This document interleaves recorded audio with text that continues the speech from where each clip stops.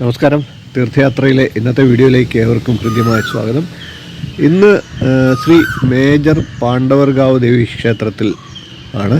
പഞ്ചപാണ്ഡവീയ ക്ഷേത്രവും മഹാവിഷ്ണു ക്ഷേത്രങ്ങളും അതുകൂടാതെ ഇത് കുന്തി ദേവി പ്രതിഷ്ഠിച്ചു എന്ന് അറിയപ്പെടുന്ന ദേവീക്ഷേത്രവുമാണ്. അതിപ്രധാനപ്പെട്ട ക്ഷേത്രമാണ്.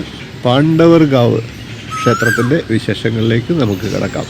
ശാന്തിയും പുണ്യവും നിറഞ്ഞ മുതുകുളത്തെ തീർത്ഥഭൂമിയിലേക്ക് ഏവർക്കും ഹൃദ്യമായ സ്വാഗതം. പാണ്ഡവർകാവ് ദേവീക്ഷേത്രത്തിലെ ദുർഗാദേവിയുടെ അനുഗ്രഹം പ്രാപിക്കാൻ നമുക്കെല്ലാവർക്കും ഒന്നിച്ച് ഈ യാത്ര നടത്താം. ശാന്തഭാവമാലയത്തിലെ ദിവ്യശക്തി, പുണ്യ കദളിപ്പഴത്തിന്റെയും ഭക്തിയുടെയും നിറവിൽ നമ്മുടെ തീർത്ഥയാത്രയുടെ ഭാഗമാകാൻ നമുക്ക് ഈ മഹത്വപൂർണ ക്ഷേത്രത്തിന്റെ ദിവ്യഗാഥകൾ കേൾക്കാം. നമസ്കാരം. തീർത്ഥയാത്ര എന്ന ഈ യൂട്യൂബ് ചാനലിലേക്ക് ഏവർക്കും ഹൃദ്യമായ സ്വാഗതം. ഇന്നത്തെ വിശേഷപ്പെട്ട യാത്ര പാണ്ഡവർകാവ് ദേവി ക്ഷേത്രത്തിലേക്കാണ്. ക്ഷേത്രത്തിന്റെ സ്ഥലനാമ ചരിത്രം നമുക്ക് ആദ്യം പരിശോധിക്കാം.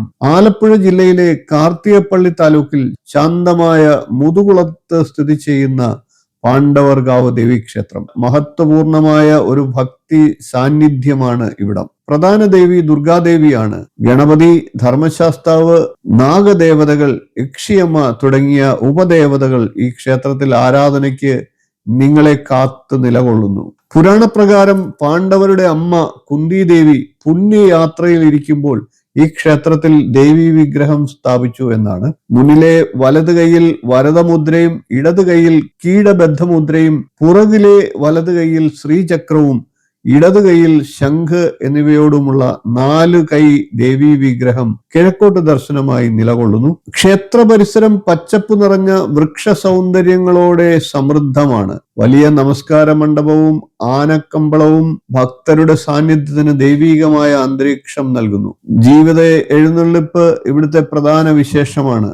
ധനു മകരമാസങ്ങളിൽ അരി, പൂവ്, വെളിച്ചെണ്ണ എന്നിവ അർപ്പിക്കുന്നത് ഇവിടുത്തെ വിശേഷമാണ്. പ്രതിഷ്ഠയുടെ പ്രത്യേക അർപ്പണമായിട്ടാണ് വിശ്വാസികൾ ഇവിടെ കദളിപ്പഴം സമർപ്പിക്കുന്നത്. കദളിപ്പഴത്തോടുകൂടി ഭക്തി തീർത്താൽ ദൈവത്തിന്റെ അനുഗ്രഹം ഏറെ ലഭിക്കും എന്നാണ് വിശ്വാസം. അതുകൊണ്ട് തന്നെ തുലാഭാരവും ഇവിടുത്തെ വിശേഷ വഴിപാടാണ്. കദളിപ്പഴത്തിൻ നിറം പോലെ ഭക്തിയാൽ ഹൃദയം നിറയുന്നു. ദുർഗാദേവിയുടെ അനുഗ്രഹം നിത്യജീവിതത്തെ പുണ്യമാക്കിടും. ഇവിടുത്തെ പ്രധാന ഉത്സവം കുംഭമാസത്തിലാണ്. 10 ദിവസമാണ് ഇവിടുത്തെ ഉത്സവം ആഘോഷിക്കുന്നത്. കൊടിയേറ്റവും ആറാട്ടും പള്ളിവേട്ടയും ഉരുളിച്ചയും വേലയും ഇവിടുത്തെ പരമ്പരാഗത ശാസ്ത്രാചാര ചടങ്ങുകളാണ്.